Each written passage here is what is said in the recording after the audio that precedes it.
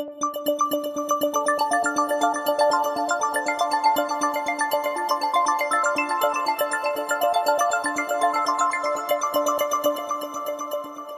next speakers will in fact talk about a specific relationship between mens et manus, between art and engineering in the world of architecture. We are very honored today to have with us architect I.M. Pei, class of 1940, formerly with the firm of Pei, Cobb, Freed and Partners. Of course, Mr. Pei is very well known for many, many buildings, and I will not list them all. Some of them are particularly important for the arts, including, of course, the Louvre, the East Wing of the National Gallery in Washington, D.C., and many MIT alums are familiar particularly with the Morrison Hall for the Dallas Symphony Orchestra, a remarkable building. At MIT, Mr. Pei has not only designed the Wiesner Building on Ames Street, but the arch to that building, which is a gateway into East Campus as you cross Ames Street. Also not, I think coincidentally, when you are walking toward the campus, frame his 3 buildings in the main quadrangle with, in perspective, the MIT Dome overall. The 3 buildings on the main campus with their very stark geometry of verticals and horizontals, triangles and rectangles. Most recently, or not most recently, but among Mr. Pei's most recent works are the Bank of China in Hong Kong and the Four Seasons Hotel in New York City. And I think we will be hearing about some of these works today. Mr. Pei has also been affiliated with MIT since 1972 as a member of the Council for the Arts at MIT, and we appreciate his years of membership on that group. Talking to Mr. Pei today will be Dean William Mitchell.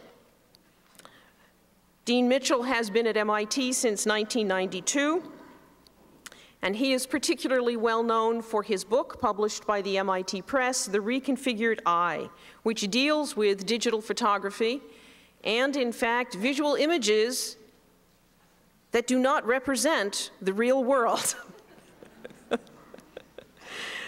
Dean Mitchell is working very hard in the School of Architecture to lead the School of Architecture into the 21st century.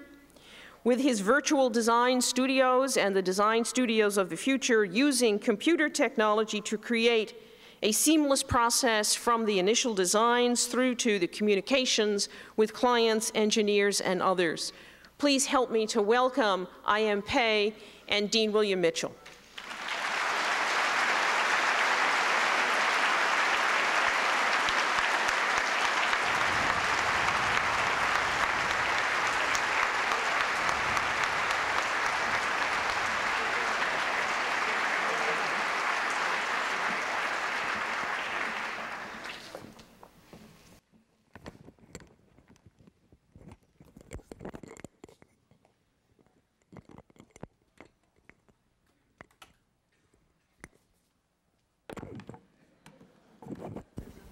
Redoing the Louvre is, this sounds much better. Redoing the Louvre is an extraordinarily large and complex project involving technical problems, organizational problems, political problems, certainly, problems of very complex cultural symbolism. So what we thought we'd do today is to ask Mr. Pei to describe a little bit of his thought processes, what the problem is about, the solution that he finally derived, and then we'll take some time to discuss this, this truly magnificent project. So, Mr. Pei. Professor Morrison talked about hundreds of centuries. I'm talking today on the subject of the Louvre about 8 centuries, a history of 800 years. But these are very important 800 years, for the French at least.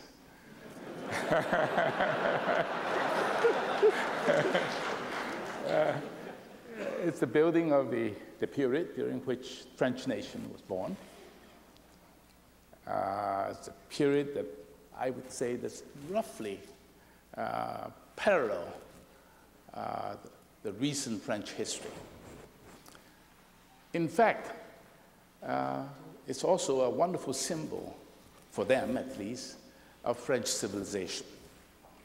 So therefore, the problem of the Louvre for the architect is not just a technical problem, architectural problem, but it's a problem that has many, many challenges. I would like to start off by telling you something about the history of the Louvre. Now, I don't have too much time, but I'll try to make it very brief, and therefore incomplete. It started in 1202 by, I think you can call him a French king, Philip Auguste, who built this fortress on the right side of the Seine to protect the Ile-de-France, which is now the Ile de la Cité, which is the place where the heart of French life at that time in Paris took place. It was built as a fortress, a donjon, as they call it. And it's important because I wish I had taken some slides to show you what it is like today. But anyway, it was a wonderful building where they put prisoners, where they put ammunition, where it's a very important place to protect, let's say, something that they consider to be very important.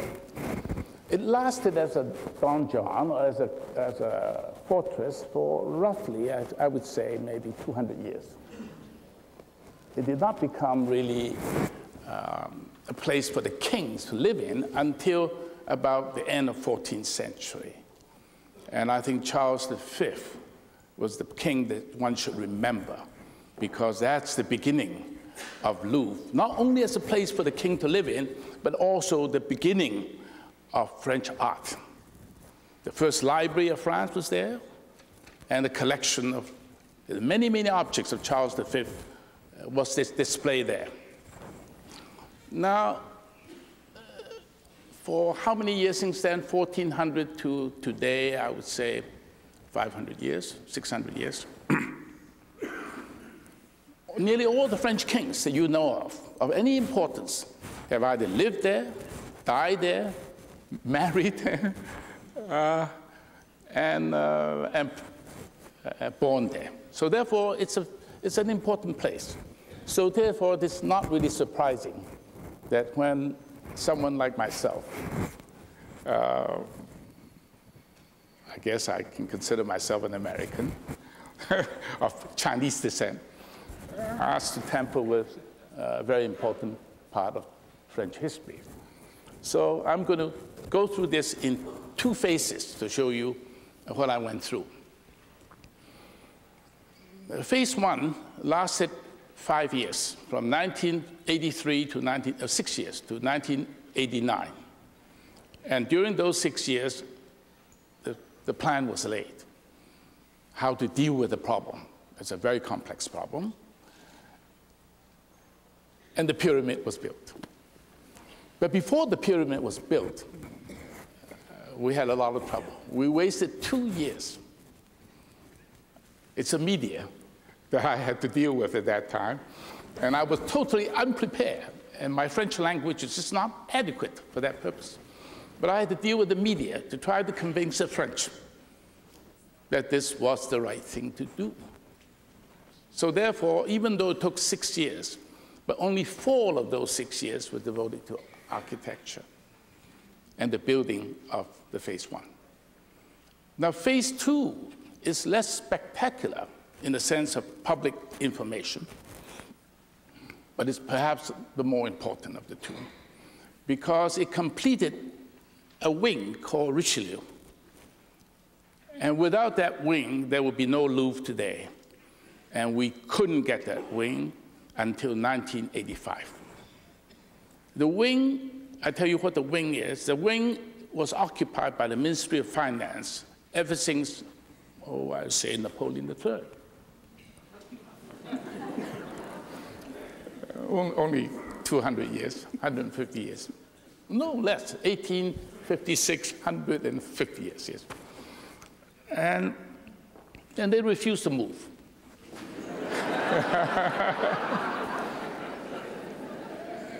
And at that time, the pyramid is already discussed, and people say, okay, if you must have it, if Mitterrand must want it, okay. But I said, look here, there's no point to build a pyramid if we don't have the Ministry of Finance. So that gave the president another headache. But long story short, we moved them out in 1989. So the second phase is the building of the Richelieu Wing. It's architecturally not at all spectacular, but very important. Because why? Because I have to keep the facade. The only thing I can do is inside. And we demolished everything inside except a big suite of Second Empire rooms, very beautiful rooms. You must go see it. And 2 or 3 staircases. And the rest of Richelieu was completely gutted. So it's a major engineering project, but not very spectacular, except there's some interesting things inside, which you will see when you come. So because of time, I'm going to start with phase 1 quickly. You have your slide changes. Oh, yes. I'm going to have to learn how to use this. Press the top button. No? Oh, yeah. Yes. And this one for the other side. It's this one. Excuse me. We have to sort out the technology here. Oh, I see. There we go. Right. Oh, I see. Now I understand. Okay. Now, Louvre, as you know it, perhaps without too much debate among architects and planners, it's perhaps the most important urban composition in the world today. There's no other that can compare with it. Its history, 800 years in the building. It started as a fortress, and then it was added on by kings after kings. But the important kings to remember that built the Louvre, probably, I would say, Charles V, Francis I, Henry II, Henry IV, Louis XIII, Louis XIV, and eventually Napoleon I and Napoleon III.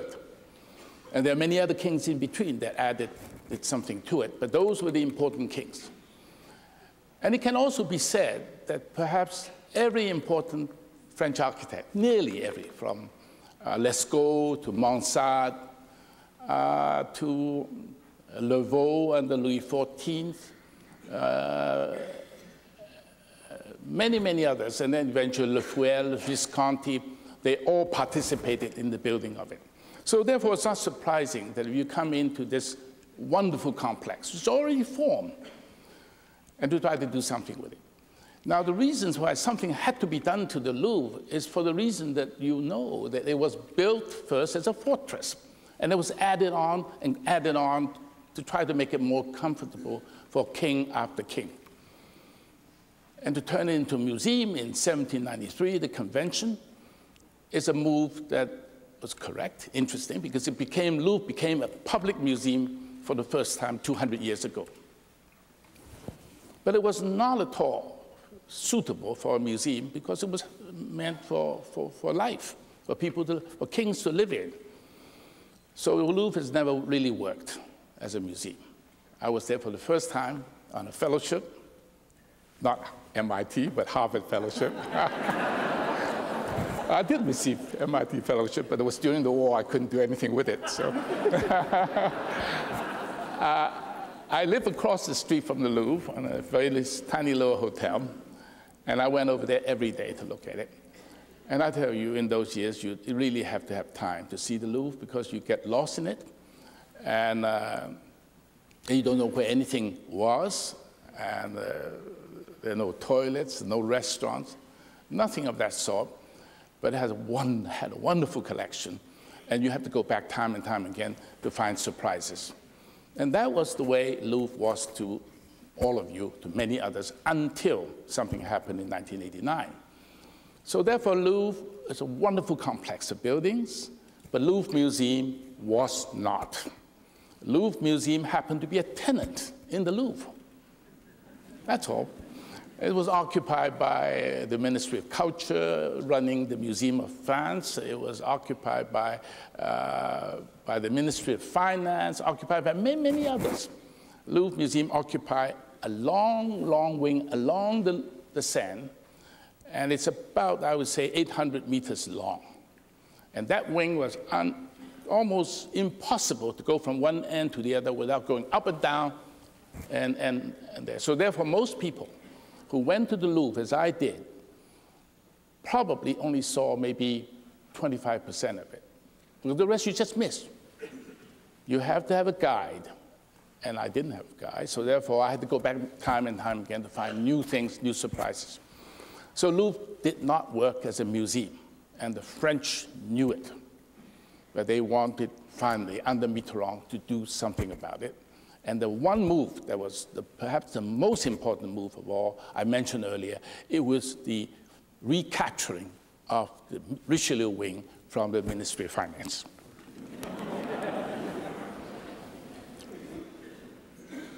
Now, this is perhaps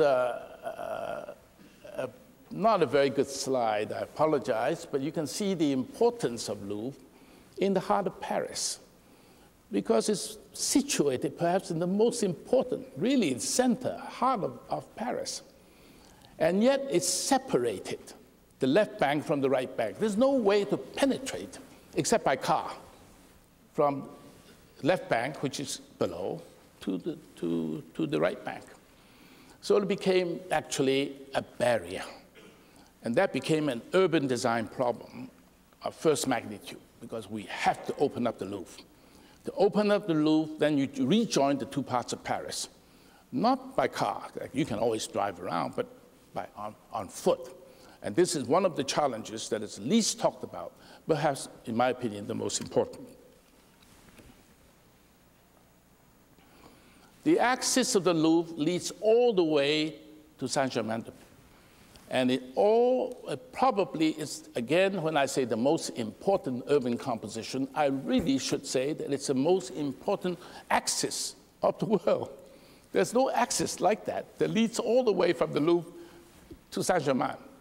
It went through the garden of the Louvre, which you all know, Place de la Concorde, up Champs-Élysées to the Arc de Triomphe, and then on to La Défense, and then La Défense beyond. Now the Louvre, this is a diagram of the Louvre to show you the gray area on top was occupied by the Ministry of Finance. The ochre, the yellowish color wing, 800 meters long, half a mile long, occupied not just by the museum and by the museum administration of France. And French bureaucracy, I tell you, takes up a lot of space. So it's not all museum. You can see that people come by the one side of the courtyard and enter there while you're waiting in line. If you're lucky, a good day, you don't mind, but then you'll be pestered by people trying to sell you all kinds of things that you don't want. But nonetheless, there are people, 3 million people continue to come. Why? For its collection.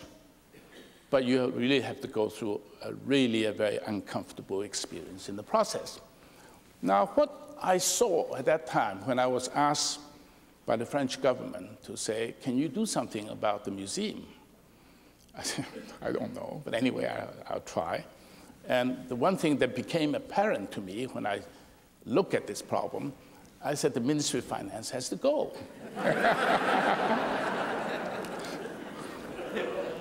And I said the reason is simple.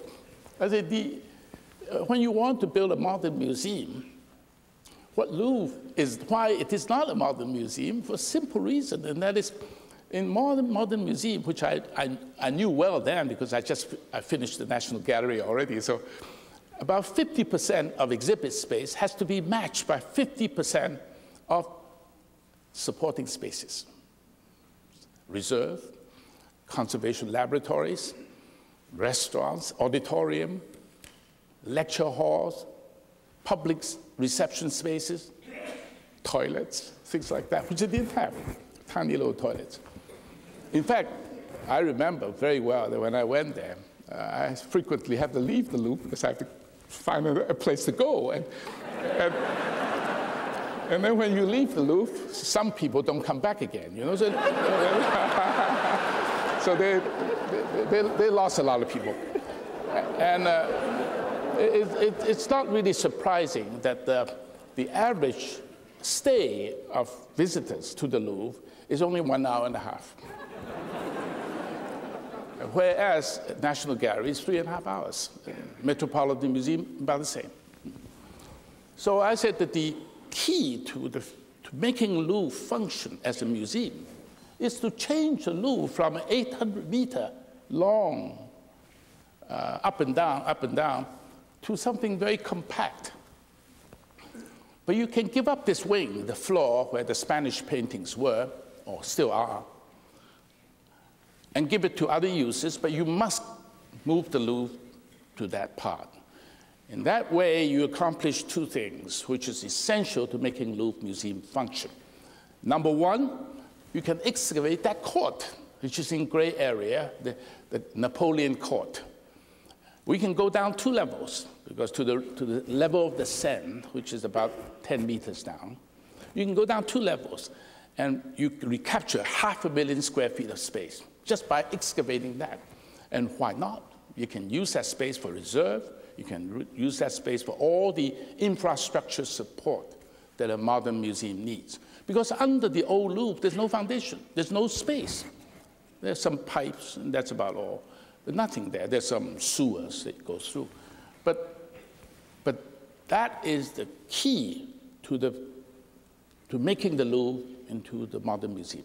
Second reason is that if you put the center of the Louvre not on one side, down below, but really in the middle of that gray area, you've got the center of gravity of the Louvre right there. And from that point, you can go to the 3 wings. Louvre has 3 wings. Denon, Venus de Milo is there, and Mona Lisa is there, and to Richelieu and to Sully. Very short distance, not 800 meters anymore. It's going to be only about something like 50 meters. The difference, so that you can divide Louvre into really 3 parts, even though they're interconnected upstairs. 3 parts, and each part is at least a several days visit. So a big museum, you may wonder whether you need a museum this size. But be that as it may, it's a big museum, and that's the only way to solve the problem. So therefore, I told the president, I said, you've got to do 2 things. You've got to let us dig under the court, because there may be relics there. The project could have been stopped if they found something important there. And then you also have to find a way to move the Ministry of Finance. At this point, it's not so funny at that time, because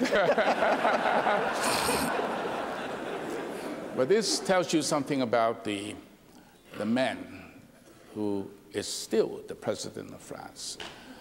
I don't know of any heads of state in the world that has the kind of breadth of understanding of the history and culture, not only of France, but of the world. It's really a remarkable man. He may not be the greatest politician, I don't know, time will tell. But he was, and he is, a really exceptional leader when it comes to art and culture. And I could not have done anything there without him. That's obvious.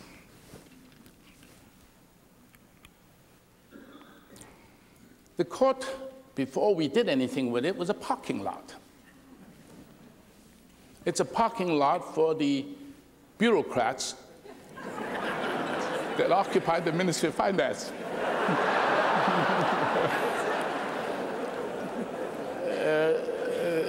The court, after excavation, finding 1 year, archaeologists were digging with really, literally, with brushes. And they found things all right, but nothing terribly important, because this court unlike the court, which I wish I had slides to show you, with the marvelous Don John Foundation is now on display, which when you go there, you see it. This court was inhabited by people who served the kings. They're bakers, they're cobblers, there's a little church, and that's about all. And therefore, there's nothing that is so important that they say stop. We were very fortunate. From 84 to 85, that year, we were all waiting to see what happened. We wish they discovered nothing. And the archaeologists, of course, wish they found something. But anyway, they found nothing of importance, and we proceeded to get the green light. Now here I want to show you the organization of the Louvre. This is the court. The rest of the Louvre is not shown here. It's only the Napoleon court. By putting an object, something in the center of this court, let's say Napoleon court, you can connect the three pavilions in a very short and direct way.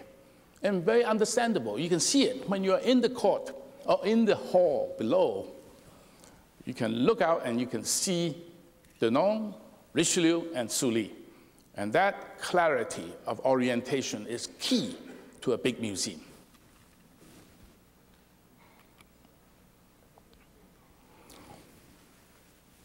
This is an urban study to try to ventilate Paris. You must first ventilate the Louvre. To ventilate the Louvre, you have to do several things.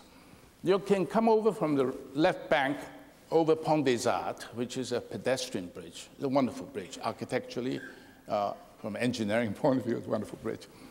And then you enter into Cour Carrée, and then turn left. But you have to do two things in order to make it truly open. One is that you have to open that passage under Richelieu, called Passage Richelieu, to lead you to the Place du Palais Royal, which is right at the, and then from then on to Palais Royal, and then to Pompidou Center, which you know. The second thing that you must also do is to open up the garden. A new bridge is being built. I think it's about to start construction here, so that you can walk from Orsay, which is where the wonderful Impressionist collection is today, from Orsay all the way to the Louvre. And that will open up the Louvre. And once that Louvre is opened up, it no longer is a barrier. It becomes a connector. This was a drawing done by Steve, who's here, Steve O's. I showed this drawing to the president, and he was not shocked. Perhaps he was the only man that was not shocked. But when I showed it to the press, they were shocked. And I tell you, from that point on, as I said, 18 months of just nothing but harassment by the media.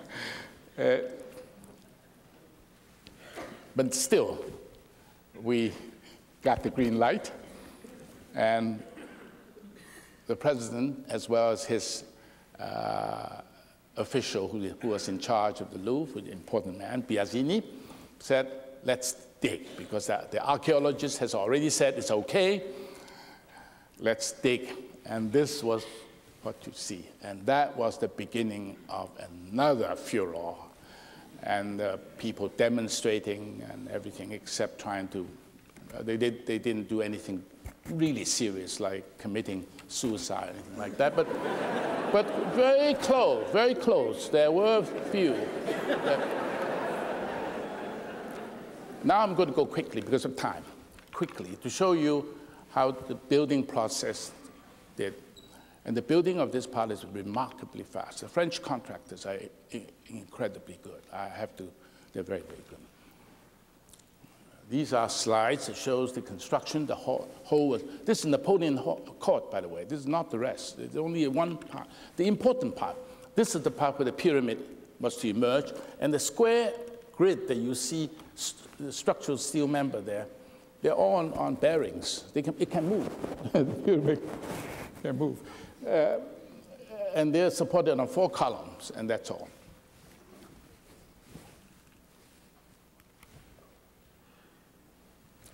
We had about 60 or some slides because they have, from one vantage point, they took pictures every so many months. But I'm only showing you a few. So that's very quick. But it took about, okay. It took 18 months to reach this stage. And at this point, I would say it's the end of phase one. It was open in spring 1989, and Mitterrand was there to cut the ribbon, and it was rather well received by then. But still, I would say there were maybe 30 or 40% people still not very happy with it, and for any number of reasons. But nevertheless, it was built. And since this is MIT, I thought I have to bring this diagram. If I show it to another audience, they would not be interested in it. And I'm going to show you some of the slides of the construction. But one thing should also interest you, that the French government made no secret of it. They want everything to be made in France. And the only exception, which I asked the president to allow us, is to have all the tension elements made in Massachusetts by a small rigging company that did the America's Cup, the yachts. I don't know whether Bill Koch is here or not, but he would know. and we are the best. And I showed him some samples of the rigging, how the turnbuckles fit into the cable and all that. And he was fascinated with it, and because he liked it so much that he didn't even bother to say, is there a French equivalent to it? No, we just say, go ahead. So we did it. And on the other hand, as a passing, the glass problem. You see, glass has to be white, has to be clear. If the glass is not clear, because it's laminated, it's double layer. It's very thick. It's about almost 3/4 of an inch thick. If it's not clear, it'll be green. And if you see it through the corner of this glass, it will be very dark green, bottle green. So therefore, that is not acceptable, because the Louvre, you see the composition of the Louvre, must be seen. And the ochre colored stone shouldn't look green. So therefore, I requested the French manufacturer, Saint-Gobain, to make this glass. They say, no, we no longer make them. And then finally they say, well, if you build 1,000 pyramids, we'll make them for you. So I didn't report this to the president. I went to a German firm, shot glass. I say, can you make it? Yes, we can. Saint-Gobain said, we'll make it.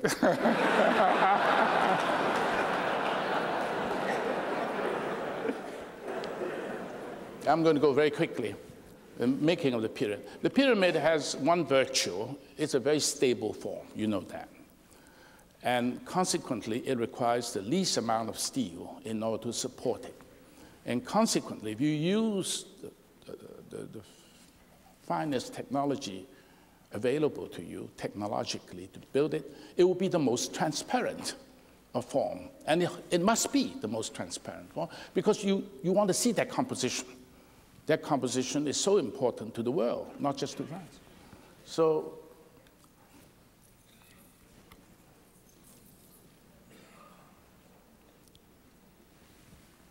you may ask, do you need something that projects? Many architects in France, as well as abroad, suggest that why not just have a glass sheet on the ground, and you bring light in just as well. But I said, no, you have to have space. You go into the lower level, 10 meters down, 9 meters down, and you don't want to have a glass ceiling. And that word may mean something to some. You don't want a glass ceiling. You want space. And so something has to project. And I defended the pyramid. And the pyramid for those of you who know France, it's a very important symbol to French. I think the French are probably more conscious of the pyramid as a form than any other people because of Napoleon, I guess. They really went to Egypt. They took a lot of things away from Egypt.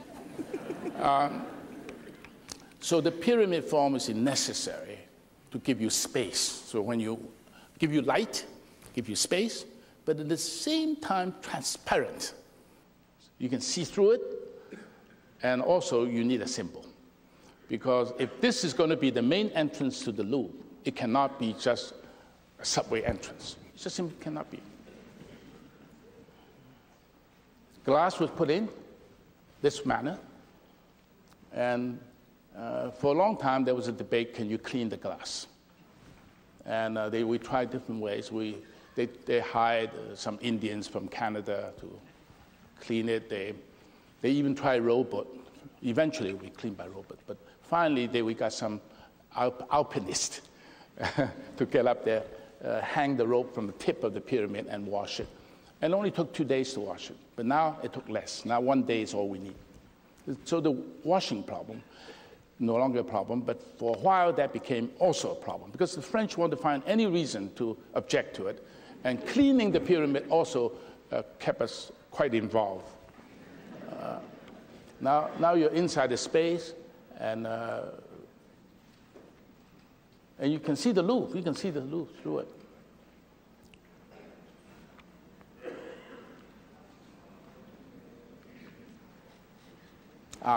That was D-Day. But no booing, no booing. Lots of applause, no booing. That was...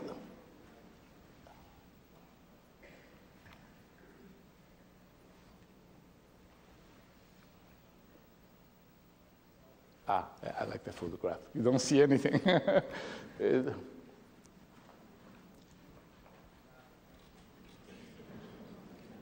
There's a story about this statue during Louis XIV's time. I'm short of time. I would try to go quickly. The Louis XIV time, they invited, and this shows that in those years the kings of France are already very cultured people. He invited Bernini from Rome to come. Bernini just finished the St. Peter's Arcade, and that wing that enclosed that space. Perhaps then known, he and Borromini were the two most important architects of that time, and the French king wanted the best, so he invited Bernini to come to do something in the back of the Louvre, not the part in the back of the Louvre. And he was there 6 months, and he did not survive the French architects. And the only thing he left behind, there are a few things he left behind, not of importance, but the one big thing that he left behind is the statue of Louis XIV. But that was made in Rome, and it was shipped to France afterwards. But Louis XIV never liked it because his image at that time was 25 years ago. He was a young man then, he's no longer young, so he banished it to Versailles, and it remained there. And because it was not known, it was never vandalized, it never vandalized. It was never destroyed during the war because it just left there. So, but it was marble. It was vandalized by a man from Brittany, anarchist, I guess, and no longer salvageable. But I persuaded the conservator of Versailles to let us make a cast of it. The only way, and they did, and it's made in lead, and I thought we should put it there to remember him as someone who tried.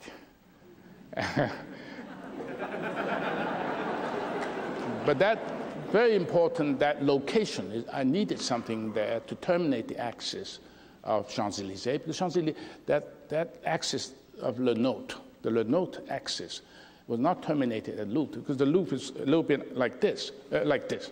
So it has to be terminated, not by the pyramid, by something else, it has something strong. And I was fearful of commissioning a French sculptor at that time. You don't know what's going to happen when you do that. I'm perfectly frank about it. You just don't know what to. So that was my escape from a responsibility. Now, second phase of the Louvre.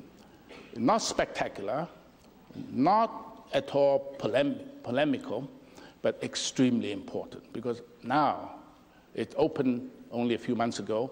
If you go there now, you understand why the pyramid was put there in the first place. And I think the vindication of the whole plan is now made possible through the completion of this wing.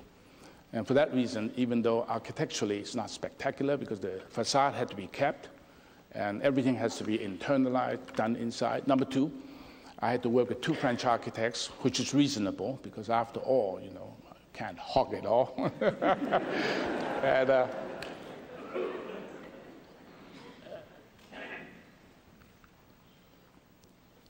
now you see under the Napoleon Court, and this is what it looks like. This is 10 meters below ground.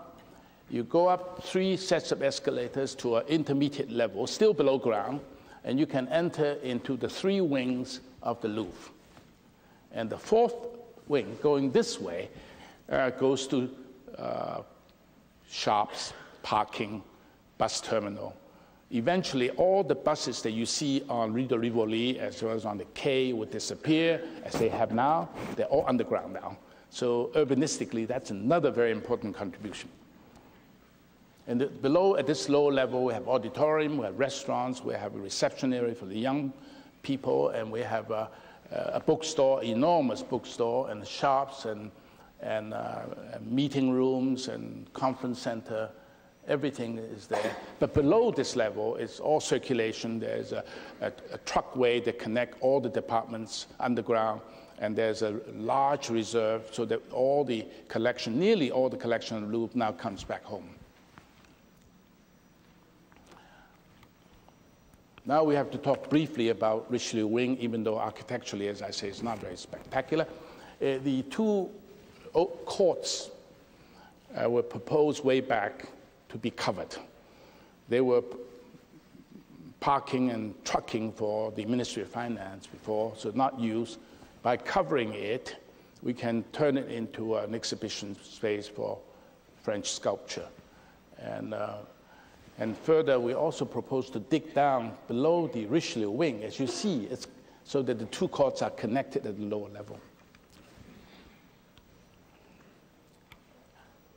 And this was a trucking area, which now become exhibition area for French sculpture.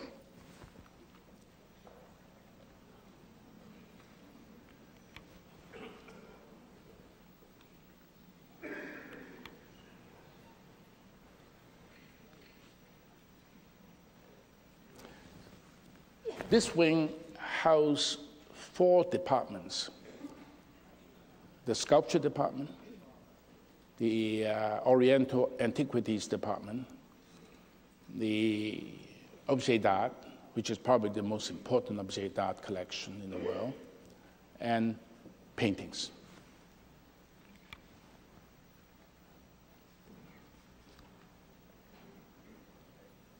I put this thing in mostly, again, because this is MIT. This is a pyramid about 50 feet square, inverted. Why inverted? Because it's positioned at the place where the circular rotary is, and you don't want to see any projection there coming up, because one pyramid is quite enough.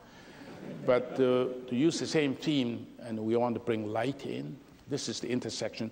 If you go to the bus terminal, to the parking, and to the shops, you have to go through this point. So therefore, it's nice to have something to make people feel they're still in the Louvre. So now this suspended pyramid is a major engineering project. It was designed by a man, Peter Rice, of Arab Associates in London. And too bad I don't have the drawings. It's actually a very brilliant design. The whole thing is, there are only 4 rods in the center, all suspended, and the rest are all cables. It's cables and 4 rods, and that's all. And it has one other very exciting byproduct.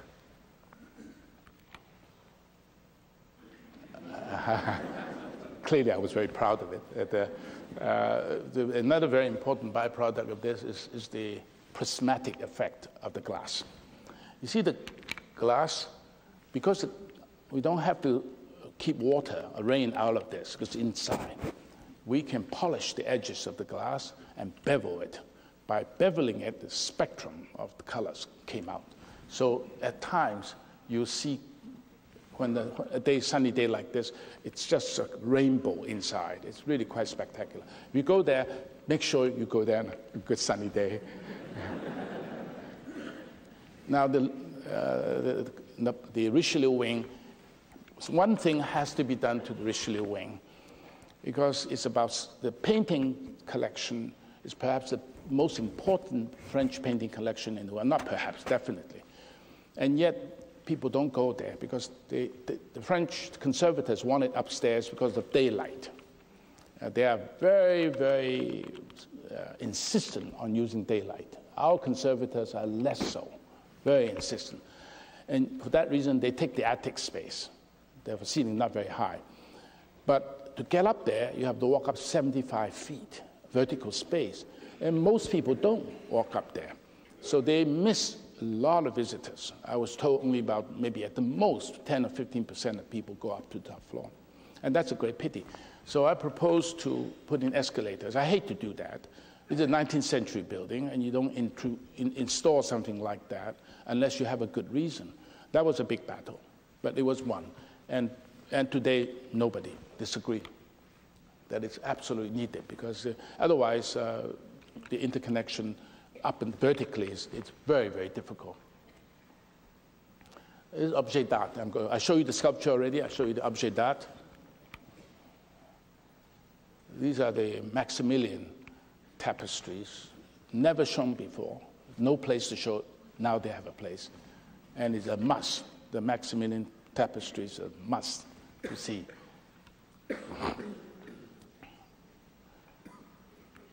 They're very dimly lit because of the color of the threads. Now, before I go into this, this work here was done by architect Villemot de France, of Paris, France. And my role in the sculpture garden and this is what they call really a mandataire, so like a coordinator. I participated in all the decision making. I chose them as my architects. I had that responsibility, but they should get the credit for it. Now, this was Old Louvre.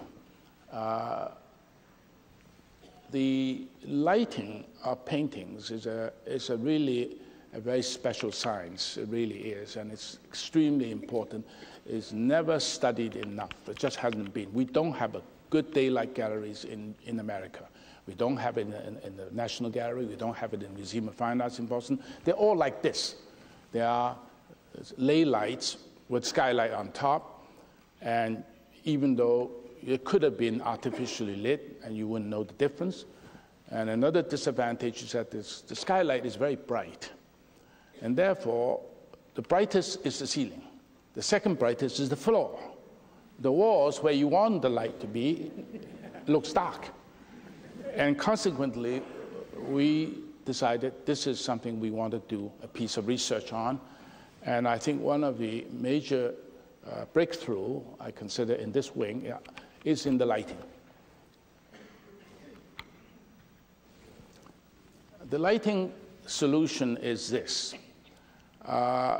We make the ceiling into 3 layers. The first layer is glass, skylight, with a UV filter, of course.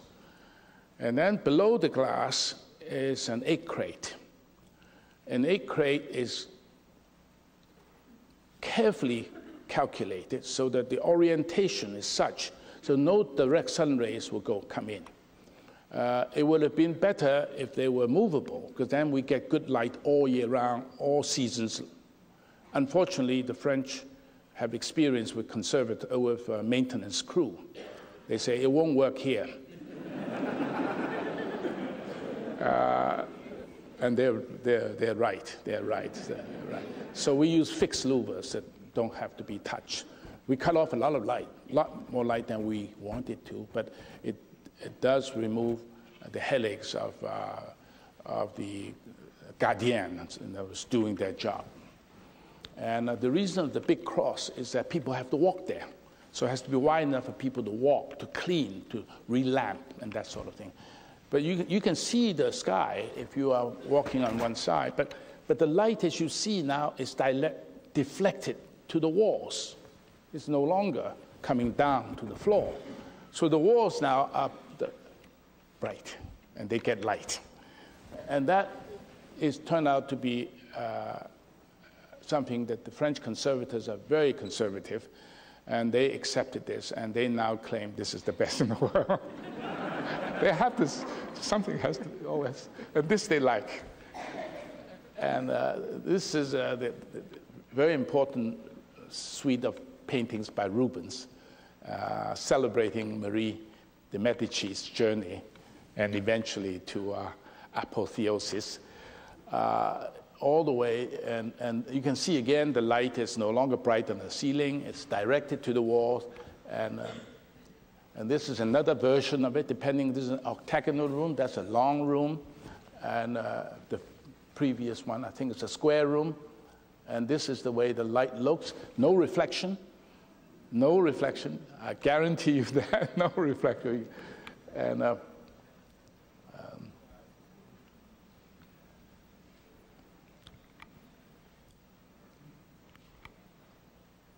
all right, Richelieu Wing was finished in November, opened in November 1993, exactly 200 years after the founding of the Louvre.